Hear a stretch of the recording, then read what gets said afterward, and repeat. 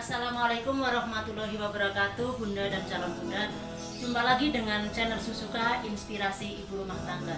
Kali ini Susuka ingin berbagi rasa tentang fenomena sosial yang akhir-akhir ini terjadi menimpa anak-anak, khususnya anak Indonesia. Sebelum kita lanjut, tolong Bunda subscribe, like, dan komen-komen. Kita lanjut. Bunda pasti sering kan mendengar atau paling tidak pernah mendengar peribahasa sebuas-buasnya harimau dia tidak akan memakan anaknya sendiri. Nah, ekor hewan pun dia ingin memastikan bahwa anaknya sehat, selamat, dan terbebas dari gangguan apapun. Nah, bagaimana dengan manusia yang secara kodrat manusia lebih sempurna dibandingkan dengan hewan? Apakah selalu lebih baik dari harimau? Nyatanya tidak. Dari tahun ke tahun selalu saja ada kejadian yang terlalu sulit untuk diterima oleh akal sehat. Mari kita cek. Senin 23 Oktober 2017 di Garut, Jawa Barat, seorang ibu tanpa belas kasihan menduduki anaknya hingga sang anak tewas. Minggu 11 Februari 2018, warga Subah, Kabupaten Batang, seorang ibu usia 17 tahun menganiaya anaknya hingga tewas. Dan alasannya sungguh tak masuk akal, yaitu mendapat bisikan gaib agar ia membunuh anaknya. Minggu 20 Januari 2019 di Tangerang, Banten, seorang ibu menganiaya balitanya yang berusia 16 bulan hingga tewas gara-gara sakit hati setelah diceraikan oleh suaminya. Jumat 25 Maret 2020 di Muara Enim, Sumatera Selatan, seorang ibu menjadi penyebab anaknya meregang nyawa. Alasannya sangat sepele, yaitu sang anak menolak ketika hendak disuapi. Tak kalah tragis yang terjadi pada 26 Agustus 2020 di Tangerang. Seorang ibu berbuat keji hingga anaknya tewas gara-gara sang anak kesulitan dalam mengikuti pembelajaran daring. Semua yang disebut di atas adalah fakta. Ya, fakta.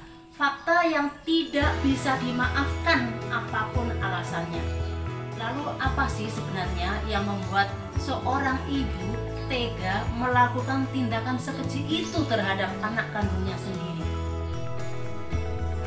Ada banyak hal yang menyebabkan seseorang itu berbuat keji, apalagi terhadap anaknya.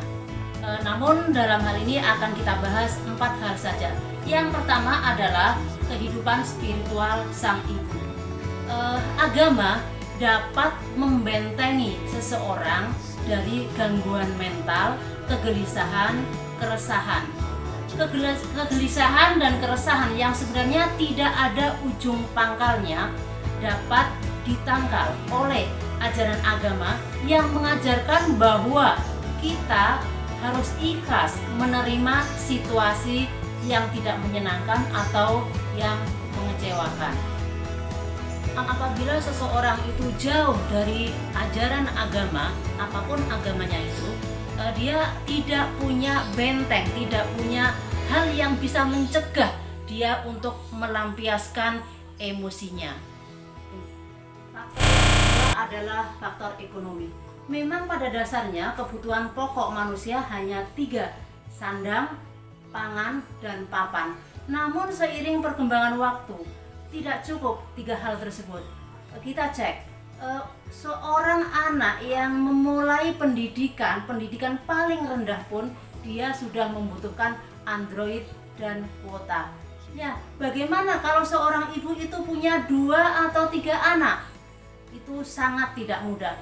Dan belum lagi kebutuhan yang lebih pokok lagi, bahwa seorang ibu itu tiap hari harus menyediakan makan yang harus ada, tidak boleh tidak ada. Nah, kalau kesulitan ini tidak terurai, akan menjadi bom waktu yang sewaktu-waktu bisa membahayakan keluarganya. Faktor ketiga adalah pendidikan si ibu. Setiap anak kita tahu bahwa dia memiliki sifat atau karakter yang berbeda dari anak yang lain. Begitu juga dengan fase perkembangan setiap anak juga akan berbeda dengan fase pertumbuhan berikutnya. Dan ini tidak bisa disepelekan, seorang ibu harus tahu. Oleh karena itu, pendidikan ibu yang tidak memadai, yang tidak menguasai pendidikan parenting, itu sangat berpotensi untuk melakukan tindakan kekerasan terhadap anak. Faktor keempat adalah usia si ibu. Menikah di usia yang terlalu muda bagi seorang wanita itu sangat tidak menguntungkan. Di saat dia harus mengurus seorang anak hasil pernikahannya yang prosesnya tidak mudah, ingatannya akan kembali kepada masa-masa saat dia bersenang-senang bersama teman sebaya, kesana kemari dengan bebas. Dan di saat seperti itulah ada perasaan seperti menyalahkan bahwa hadirnya seorang bayi adalah petaka baginya. Dan di sisi lain, seorang bayi yang merasa kurang nyaman dengan kehadiran ibu yang gelisah itu akan sering rewel. Dan di saat seperti itu seperti ada rasa saling menyalahkan. Seorang anak itu sering rewel, menangis, dan rewelnya itu dianggap salah oleh seorang ibu. Dan faktor itu sangat berbahaya dan bisa menimbulkan sebuah tindakan kekejian terhadap anak. Lalu apa solusi untuk mengatasi masalah-masalah di atas? Yang pertama, faktor spiritual. Sebagai individu, mari kita selalu meningkatkan kedekatan kita kepada Tuhan Yang Maha Esa. Dan sebagai makhluk sosial, mari kita saling merangkul sesama, saling membantu, saling mengingatkan, dan kita tingkatkan intensitas komunitas beragama di lingkungan kita. Solusi yang kedua, sebagai seorang yang bertugas memutar roda ekonomi tingkat keluarga, sebaiknya meningkatkan porsi dalam membantu pemenuhan kebutuhan.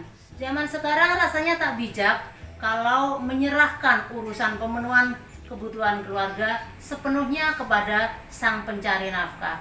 Untuk itu sebaiknya kaum ibu banyak mencari cara, mencari peluang, dan mencari kawan yang bisa diajak untuk bersama-sama menggapai hidup sejahtera.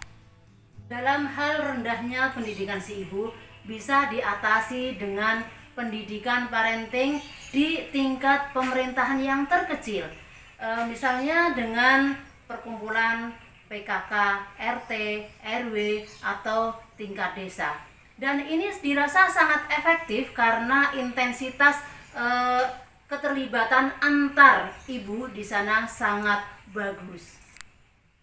Tak kalah penting kehadiran Komnas Perlindungan Anak. Mari kita dukung sepenuhnya peran dari Komnas Perlindungan Anak dalam rangka menyelamatkan anak-anak Indonesia dari mara bahaya. Semoga anak Indonesia selalu terlindungi. Salam sejahtera anak Indonesia. Semoga bermanfaat. Wassalamualaikum warahmatullahi wabarakatuh.